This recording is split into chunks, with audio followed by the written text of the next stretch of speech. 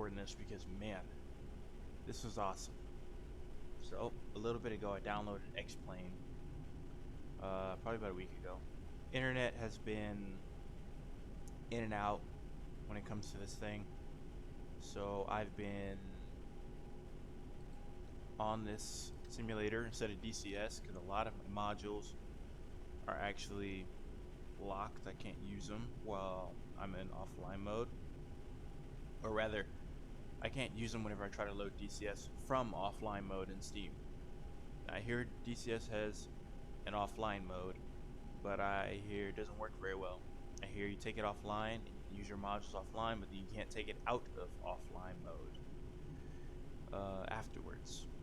I have yet to try it because I haven't had internet on my system for more than a day since about a week ago.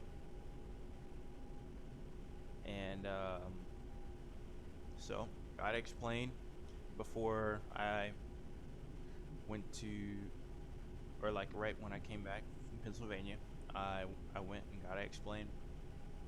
Loving it. Cessna 172 Skyhawk. Did a sortie in that. Fun. It was really cool to know like kind of more how to work the plane and what to look at. I did a load with and without the Garmin 1000. That Garmin 1000 was just dizzying to look at. It truly is something that I can understand that pilots need to actually really orient themselves on and really get training on. Because just the menus, and it looks like a DDI. It looks like a DDI you would see in a fighter, but there's just more buttons and things to mess with around it. Whereas a DDI works kind of like a watch. A lot of military equipment seems like it works like a watch, or just one button just does multiple things, and they can control most of that through the HOTAS anyways. So that really doesn't change things. But the first thing I did though when I got an XPlane was mess with this Phantom, this F4, which if you can't recognize, such an iconic cockpit, which actually at first sight you might look at it, you might look at that ring over the front, and you might think that's the Tomcat, or this weird digital radar display. They got the circular gauge there, which doesn't seem to be functional for this version of XPlane. And then the compass, it looks a lot like the Tomcat from the inside, just off of what I've seen from DCS. Maybe it's a fusion of both, but dang, it's a shame it didn't record my actual view, or else I'd be like looking out showing you the views, like how I actually tracked everything, and looking out to make sure my flight controls are still there, because I think it has a over G tone whenever you're about to over G the aircraft, or perhaps when your AOA goes too high and maybe you're about to stall if you pull any harder. Or it's probably an AOA indicator, because there are a couple times I make it scream at me, you know, to stop or do something, and I'm just like, oh, okay, let me make sure my flight controls, my flight services are still there. Kind of scared me, because I did, the first time I got on and jumped in the Phantom, which is not this time you're seeing here, I nearly crashed it, but I landed it. But I didn't fly with VR, because the VR wasn't working very well for me. I just didn't have it set up. Things weren't calibrated. As you can see, I'm starting my taxi roll. I didn't do anything with air traffic control this time, since it was in VR, and I don't know how to work everything really well from VR yet. But this time, I did it with VR, and it was really immersive, just like with DCS. I think DCS is better fleshed out on the controls and everything, and I think it looks better. Yeah, I think it looks better, but this looks good, even for medium settings. These are medium settings, by the way. I haven't tried high yet. I want to. These are medium settings, and the game looks good. Aircraft looks good. The environment looks like a PlayStation 2 rendering, but you know, the significance of this environment is that this is the airport I used to work at. Oh man. And I'll be putting applications out, see if I can work there again. But this was so cool to get out there. I did a sortie before this one, kind of a practice, just to feel out VR after calibration. And I crashed because I had no idea how the Phantom was gonna feel uh, in VR, and I was just really surprised. Like, it was starting to kind of give me a tipsy topsy vertigo feel when I did it without the VR, you know, but like it really started to kind of kick in once I actually got in. And there's the TF-51 in DCS. It bobs up and down, and the cockpit kind of floats and stuff as well in there. That kind of gives me vertigo or whatever. Not like, you know, real like vertigo, but just kind of makes me feel a little dizzy when I see everything kind of floating around on me in front of my eyes. But it was cool to taxi down the taxiway that I've only rode along uh, with my leads and an inspector and all that while they do pressurization and all that while we help them out. It was really cool to taxi on out and like take off from it, and it'll be a dream come true if I get to ever do that by myself. Yeah, I wish that pilot's head would move too, like so you could at least see that I'm like checking left and right. Now, I didn't stop at any of the other lines, but I stopped at this one because I had to fiddle with the controls. Because as I've learned today, thanks to this, you can enable your mouse cursor, like in DCS, but it simply doesn't work in your actual flight mode. When you're actually got the headset on and the headset, your cursor does not work. Now, it was really weird. You're gonna see me start to kind of bob up and down some way through this, and like kind of look like I'm about to lose control of the aircraft a little bit. Well, that's because as soon as I got above, let's say, 10,000 feet, yeah, about 10. Once I got above 10,000 feet, I got the cursor showed up in my left eye. It just showed up and it just jabbed me in my eye the whole time while I flew. So here I am, and I'm struggling because I don't have a HUD this time because their HUD doesn't work for some reason. If I'll take you back to cockpit view. When you actually look in there, default view, there's no HUD. It's not up. It's on there's a glass. None of that stuff is up. And when you fly, none of that stuff is up. And it was crazy. I think I did a couple sorties on DCS without the HUD. It made landing considerably more difficult because I spent my entire time looking at these instruments. It was like, oh yeah, it's VFR because you can look out and see the runway, right? Which will help you to, you know, put the aircraft in the right spot. But when it came to like landing, I was really glancing at those instruments like about 80% of the time. 80-90% of the time I'm referencing my altitude because I just learned a little bit more, or at least I've guessed a little bit more about these altimeters. I like this, a separate radar altimeter to just show you right there on the gauge. Here's a radar altitude when you're landing. That became really important because this other altimeter, which is probably your barometric altimeter, isn't as detailed. Okay, the flaps just went down.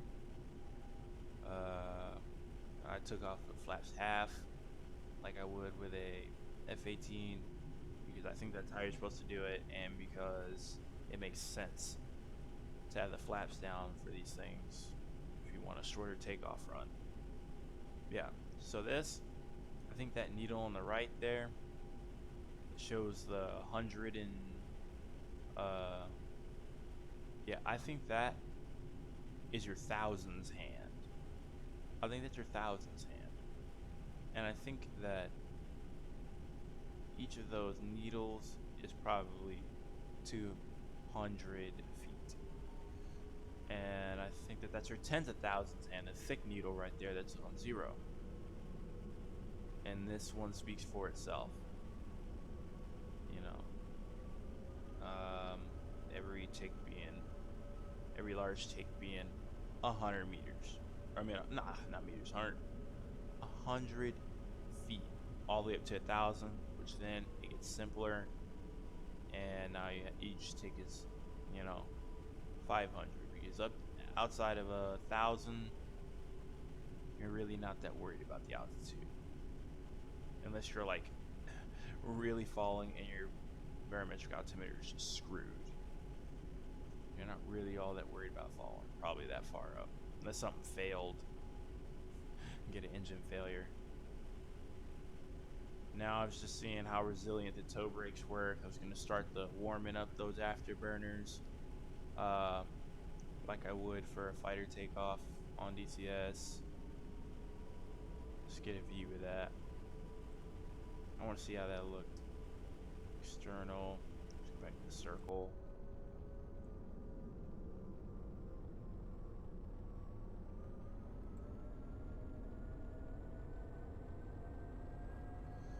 I think linear spot is the one. Man, and it takes a while to get used to the workflow. There it is.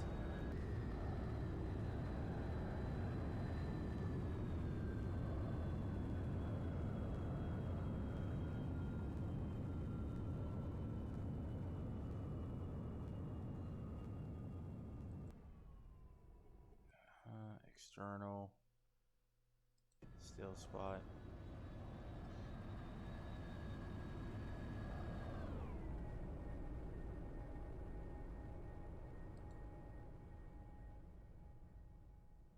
Circle. That looked a lot prettier than what I thought.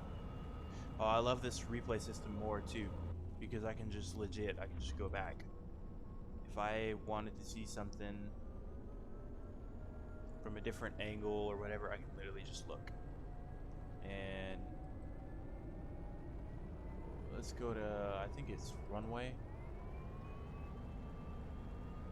No, it's tower. Oh, why is that? Oh no, that's terrible. Circle, chase, right along. Ah, right in our faces.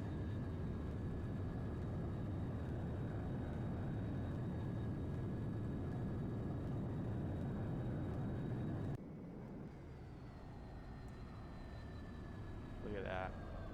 So, once I pulled up, which is about 200 knots, I just laid off the throttle.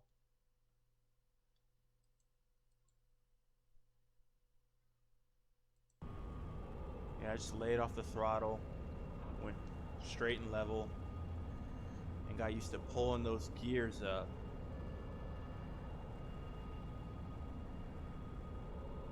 Before I did some sort of pseudo clearing turn. Just to kind of, yeah, if I'm going to crash, maybe I'll be able to actually turn around and crash on the runway. As crazy as that sounds.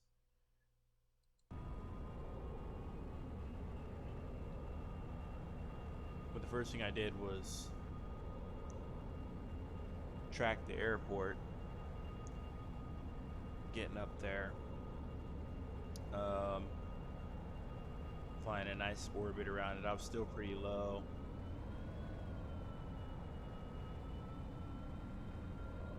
Now I'm wondering if I went straight into my climb the second time around here, or if I still tried to follow myself home. Because the first thing I really did when I got into the F4 at this airport was try and find my way back, find my way to where I live. which isn't too far away. Yeah. I went ahead and did a climb. Should be a climb up to about 10,000.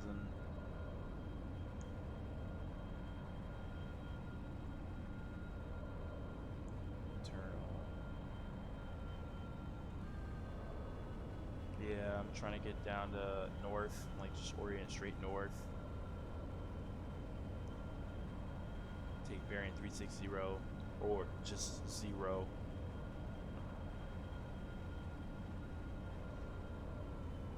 So did that. I said, all right, let's climb. Kicked it all the way forward.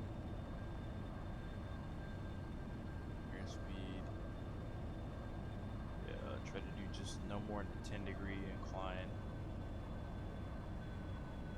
so I can keep my speed nice and high. Altitude 10,000.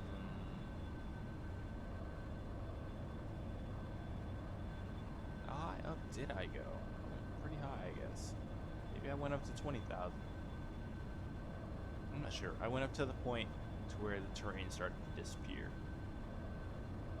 which I think is usually around 20,000 actually.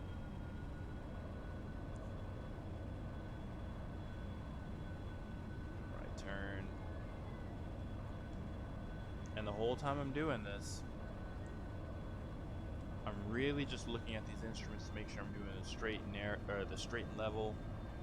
You know, I'm doing level turns. Or if I'm still climbing, you know, slightly up, which this was just to make sure I didn't get too far away from the airport. Coming back around, let's do a complete 180. Now it should say south, level off.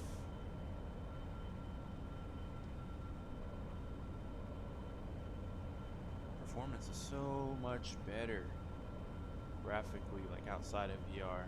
I like it. I wish I could do the track IR, but I have a laptop I'm running this on. It only has one HDMI slot. Yeah, we're at almost 20,000 here. I didn't realize that. Or maybe I was trying to go for it. I didn't realize that. Where's where I ended up. Still climbing. I think I'm trying to get to 20,000 like flat. Still trying to stay oriented south.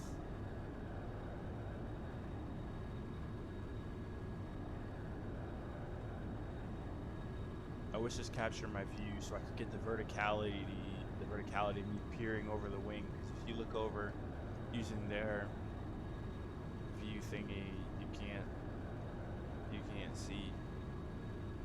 I think one time I did what Mover did in his DCS video of him flying the Tomcat, I think for the first time, and I accidentally put myself in the back seat while I was up there. And at this exact point, like when I was making my climb, you see, I'm like, I'll bob around every now and again because the pointer is in my eye, and at some point I just made the decision to ignore it. I tried to move the mouse as far down as I could and just decided not to look down and to the left any, or just like mainly just focus on staying straight. Yeah. Fiddling with the controls. It's so difficult to aim the VR pointer at things like that little switch right there and move it, because it's a gesture. It's a gesture to move it up. It's not a click activated function where you can just click and that's it. No, you gotta flick your wrist. Same thing for all these switches. You have to like turn your wrist or something, or rotate around, do a rotating circle. Alright, I think I'm about to do some tests. Test the aerobatic capabilities of this fine machine. I think the first thing I did was a split S. No, the first thing I did was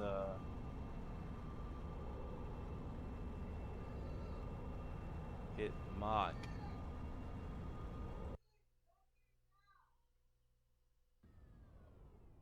Hold on, I want to see if I hit the if I broke the sound barrier earlier. View. Just change it to internal. Just watch my indicated speed. First thing I did was get to Mach. I wanted to see if they do the sonic boom.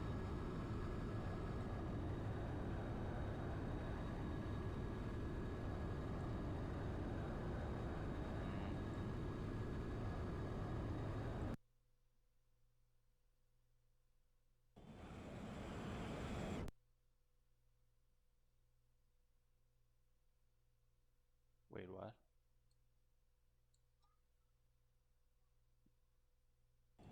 That was the opposite of a sonic boom. That was a sonic silence.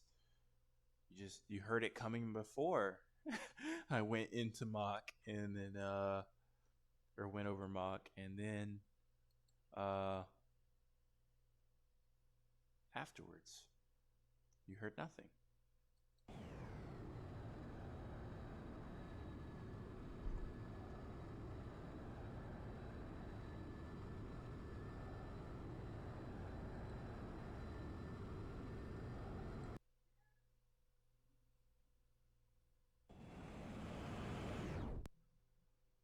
No sound. Well, that's no good. I didn't even see any vapor. Man, this is probably my favorite external camera, honestly.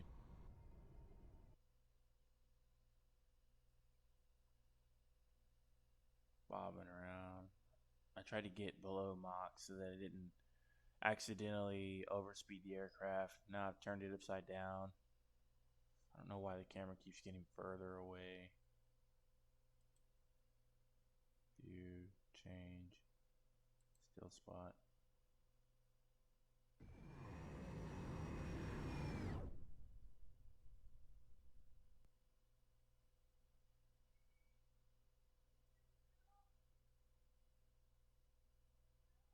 Just wanted to do a big giant split S.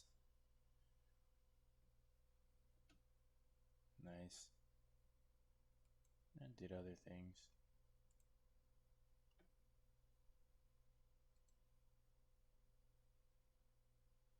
Just change to the other one and see if we'll get a good look at the maneuvering.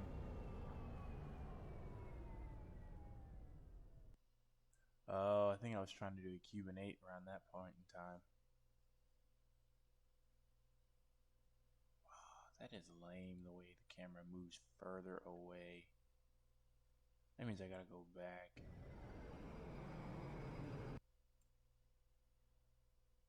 Finishing split S.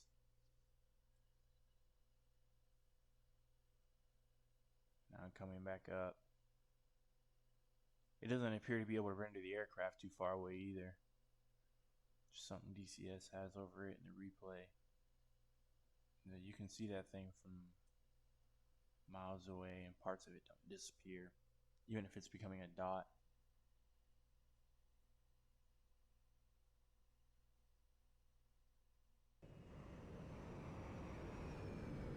And then rolling it on the way down. Oh, that felt weird. Feels weird in DCS too. Let's go back to circle.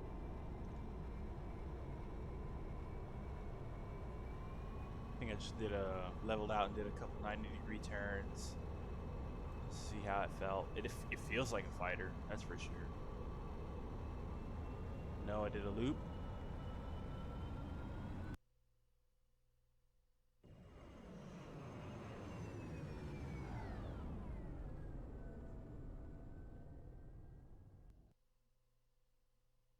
Yeah, I was off on that one.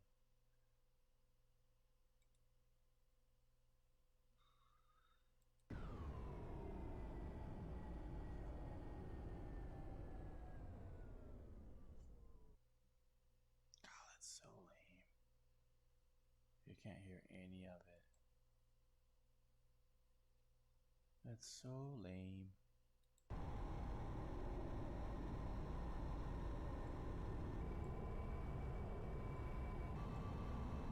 Did they get any of the vapor effects? That would be cool. Also, one thing I really like about this plane is that it appears to have both ailerons and flaperons. And yeah, it's ailerons and flaperons? Or are those the speed brakes moving at the same time on the wings? Like, I like the way that works.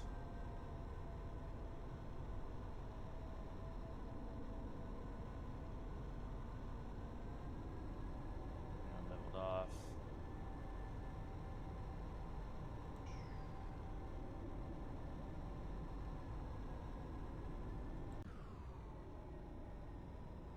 I'm in the clouds now, trying to get out of the clouds. So I decided to just pull out of them. But the camera's still in the clouds. View.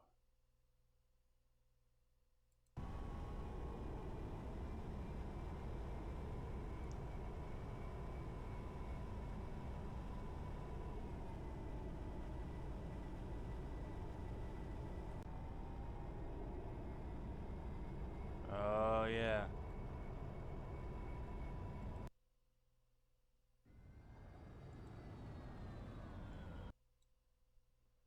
I did want to see how that went.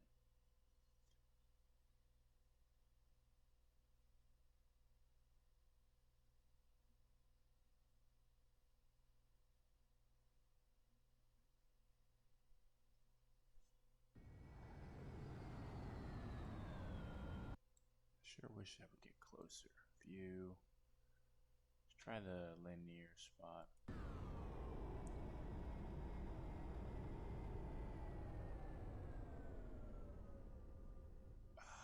The clouds. Because it can't be simple.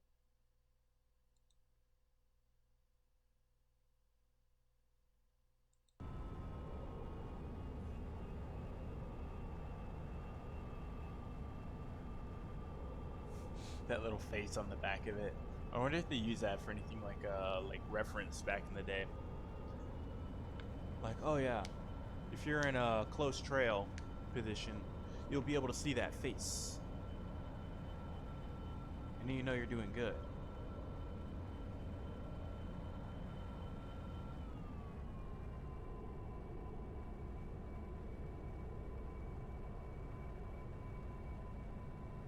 Oh, I want to actually see that maneuver. I think it's the Engelmann turn.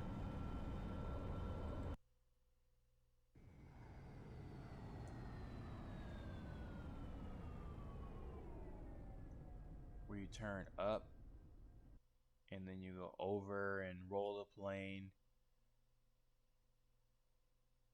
and turn back out to 180 degrees. I did it really slow because I've never done one in any virtual scenario for any reason. So I wanted to see how that looked. Specifically, yeah, it was so long it took a few of these things. Few.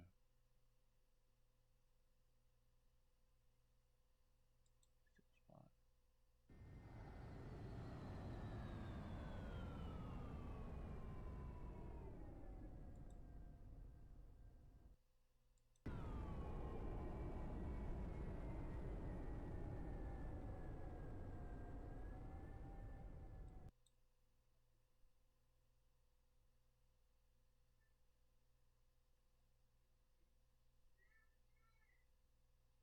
You can't even see it from that far away.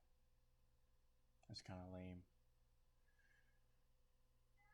Let me see if they can turn up the object rendering distance. Climbing, you can't see the climb or anything.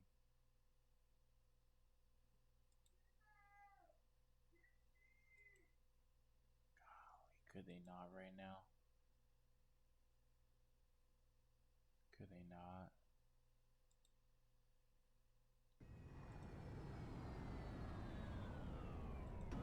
There's some people you just shouldn't give alcohol to.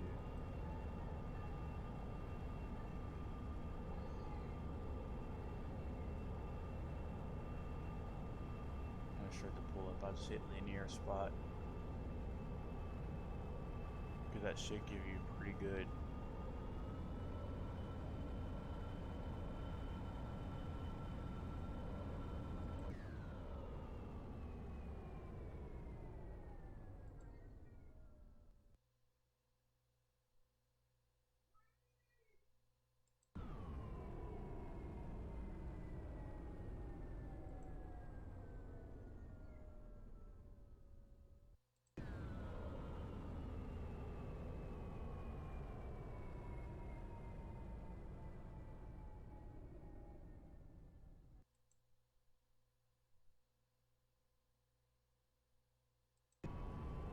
Yeah, so I did a few things I'd never done before with this sorting. Took off a fighter aircraft, a virtual fighter aircraft that I've never messed with before. I took off from an airport that I used to work at. 90-degree turns, ×2. Just dipped the nose because I dipped the nose a little bit because I knew the clouds. And I landed it for the first time in VR. And it was like the first time I actually attempted a VR landing. It was just like, oh, let's see if I can even like line this up, correctly and yada yada. Let's see if I can even get close. Like what'll even happen in this scenario if I try and do it like a overhead pattern. And I failed, of course, because I was not serious. Wasn't looking at my instruments really. Just kind of just doing it by eye, looking around, and just trying to kind of go through the motions a little bit. But this time when I went through, I was like really serious. I was pretty serious to the point that like I was sweating. I was sweating on my forehead like on approach, staring intently at those instruments and doing all that looking up and looking around and checking and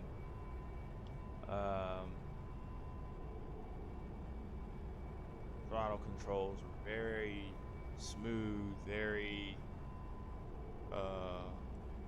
light stick movement, very smooth, very little adjustments, and I gave myself plenty of room, to be honest. I gave myself plenty of room to do it. I think I had about a 3-mile, I think on my turn into final, I had 3 miles, maybe 3-4 miles out. I was about 3-4 miles out, I think, just by the look of it.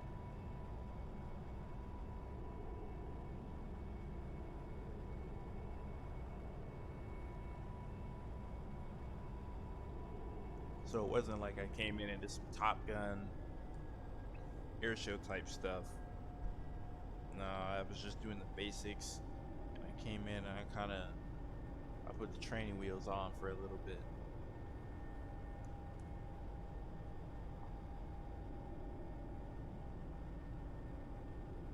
But it was all there.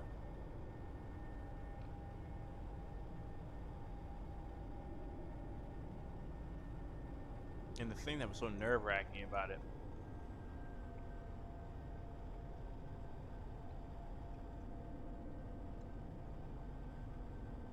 I'm just turning in right now to get into the pattern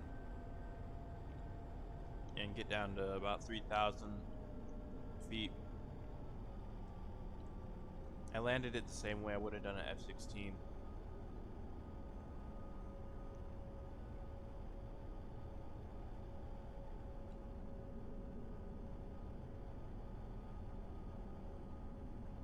You know what? I never even thought to check if it had speed brakes. So I probably landed it a little bit closer to how I landed the F-18. But I didn't even check to see if the thing had speed brakes.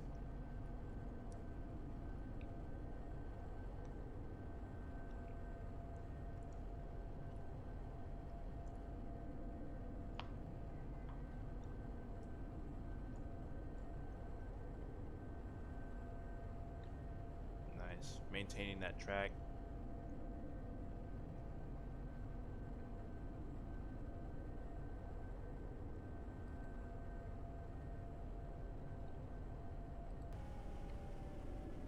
Keeping it nice and level.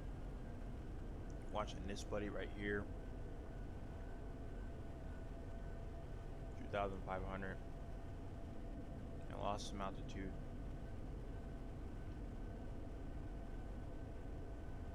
After this turn in right here. Oh, and it took 2 attempts. It did. The first time I legit for the first time made the it screamed at me. That's the second time it screamed at me. It screamed at me when I did the Cuban 8 up there earlier. Whenever I rolled it over and immediately pitched up, yeah. It screamed at me, but it's like, stop. There go flaps. I'm in the. I'm trying to think, is this a base leg? There's base leg, downwind, and then your turn to final, I think is what it is, how it is, like upwind leg, base leg.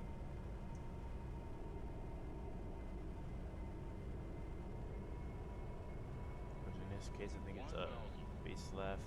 Yeah, see I lost altitude at some point. Oof, excuse me. I don't know why I got so low, but I started climbing again. When I did that turn, I think the nose dipped. And it was either the nose dipped, or at this point, I had flaps full down. I wasn't anticipating the drag when it screamed at me, and I started falling. But I think it'd still be screaming at me if I was falling. I think I just dipped the nose. See, I noticed how low I was. 500. Landing gear, Yeah. landing gear. I was trying to get my speed back up, I think, because I'm wondering why I waited till 500, or if I just didn't notice because I was maintaining a track with the airport to make sure I was actually parallel. But for sure, after it said landing gear, and I got 500, I climbed.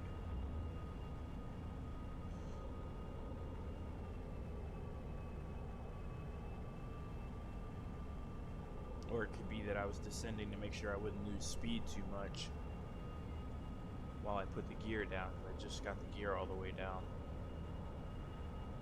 on top of flaps and gear coming down. I didn't want to just suddenly fall out the sky. Because I think when I made it through that turn, I was about 250.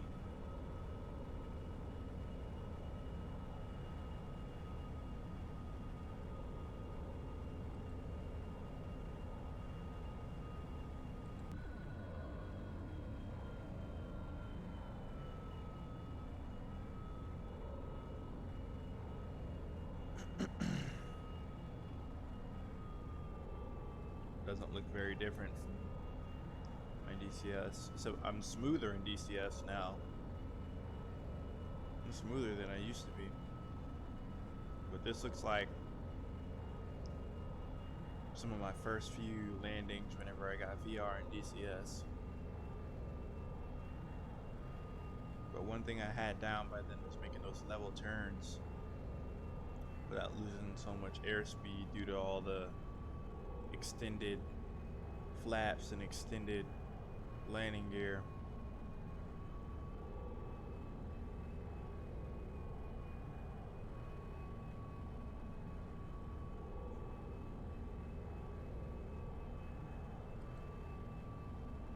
Check this out.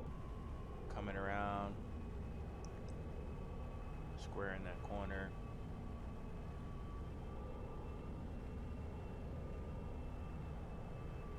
I think I was full stick aft on this turn in because I went out a bit further thinking that I was or that I was undershooting. But no, I was dead on. Oh man, it doesn't have the verticality. You can see the runway. But let's go to the circle view again. That looks decent.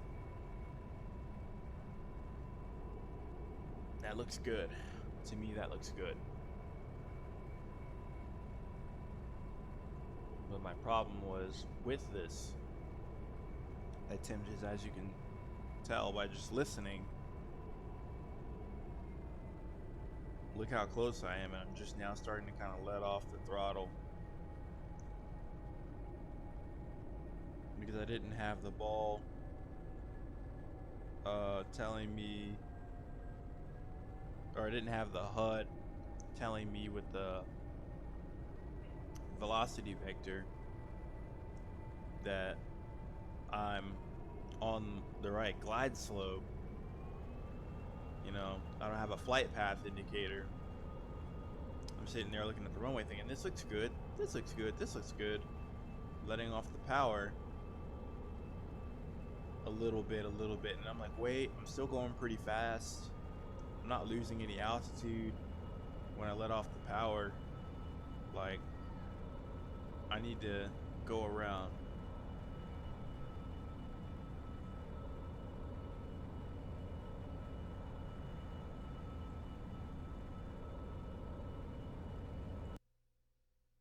See, I figured it would just go to the nearest tower as far as the view's concerned. Just ride along. What is the ride? What's with that camera? What is this ride along camera? It's like the circle, but it's just closer to the aircraft.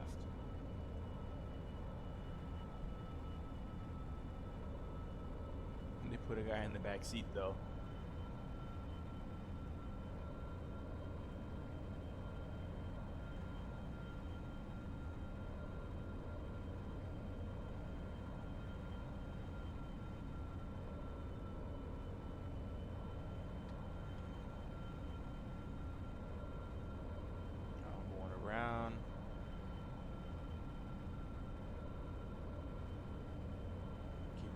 Level, getting back up to 1500 because usually I make my descents from about 1500. It's just become a good rule of thumb for me to give myself 1500 feet to play with.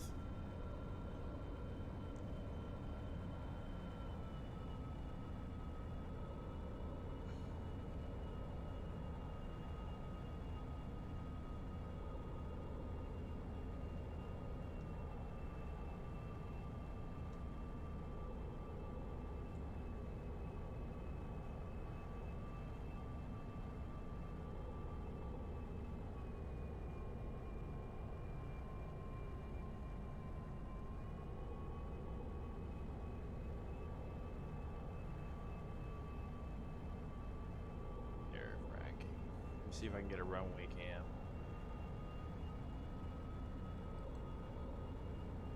External runway.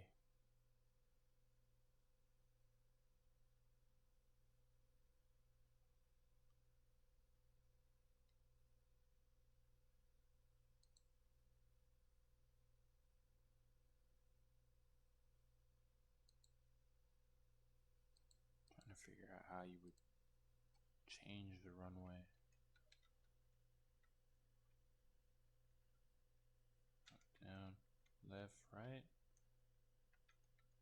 think to myself, oh wow, no. I'm trying to think to myself, like, how the hell do I? There's gotta be a way to switch runways.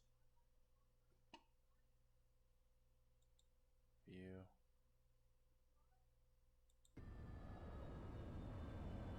But I'm on my turn in. Downwind leg to final. Look at that though. Nice level turn. View. External.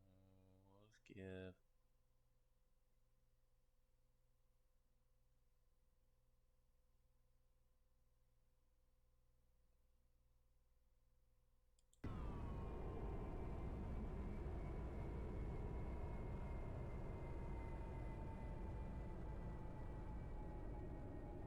Level those wings off so I can do it again.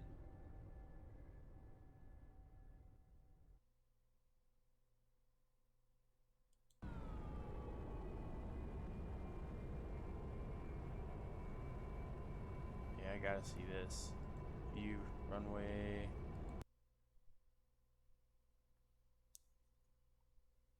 Definitely wasn't right on the money, but it was like, woof. Looking at how close like how much altitude I lose, like do I drop too fast or anything like that? And it looks like, no, I'm keeping a pretty good approach. Coming right at the camera, so my angles, it's on target. I'm a little high.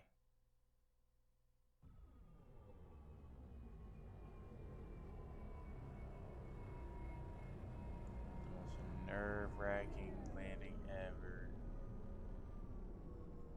Flare it off. Touchdown. God, they make it sound like Thor just touched down. They really do.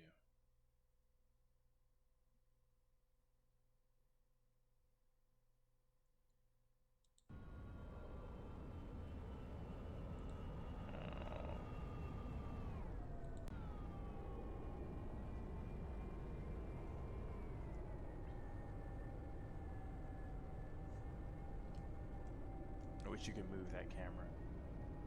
Like you could travel in the same direction, but you could pan like 360 around it.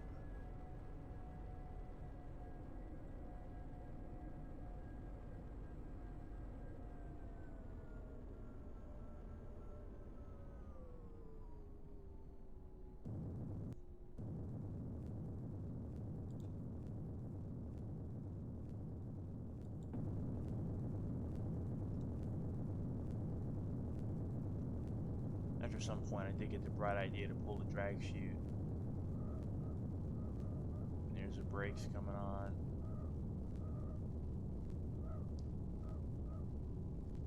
Yeah. A little bit of sweat.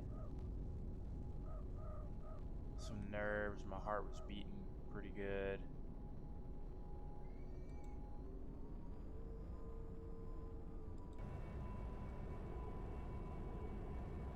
Zoom out any? No, only in.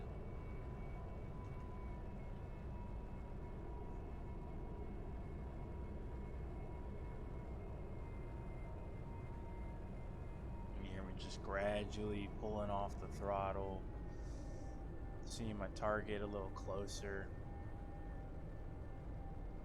Flaring, like pulling back stick ever so slightly as I lose power and begin to descend.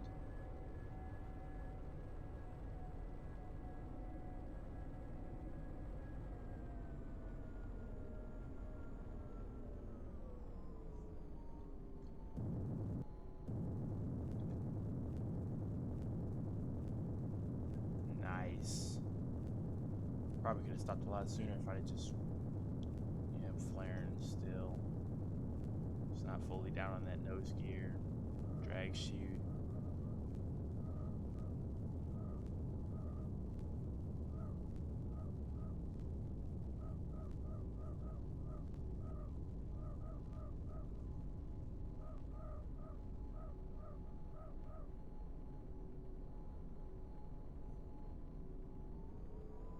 want to know if after I put the drag chute switch back up, if it pulled it back in or anything like that, or cut it or anything. Flaps are up, drag chute, it just cut it.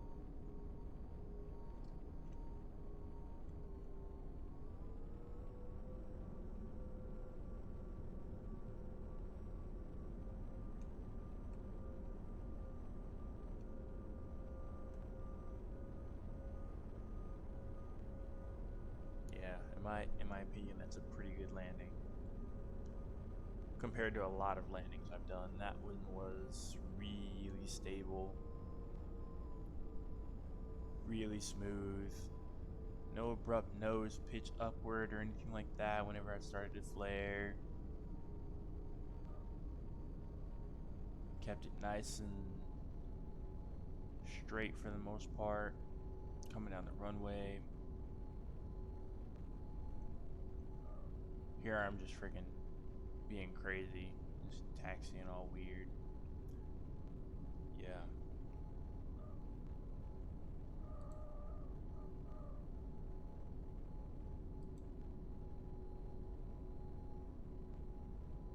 Yeah. Wow.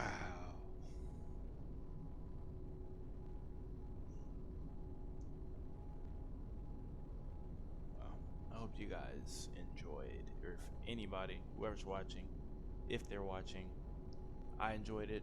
I hope you guys enjoyed my sharing this with you, like my sweet little moment of aha, and also like doing a bunch of stuff I've never done before and triumphing with a little know-how, a little perseverance. Well, I'll say a little bit of idea. Now I'm not gonna say know-how. I had an idea of what a good AOA was for the landing and a good speed. I just said strictly. I think my first time I tried to land below 200 knots, and I came down hard enough. I think I bounced and then I tipped over. But like I tried to do that, and like around 175, the aircraft basically just started falling out of the air, like just falling rapidly, and I was just like, oh man. So not that. 200's probably good.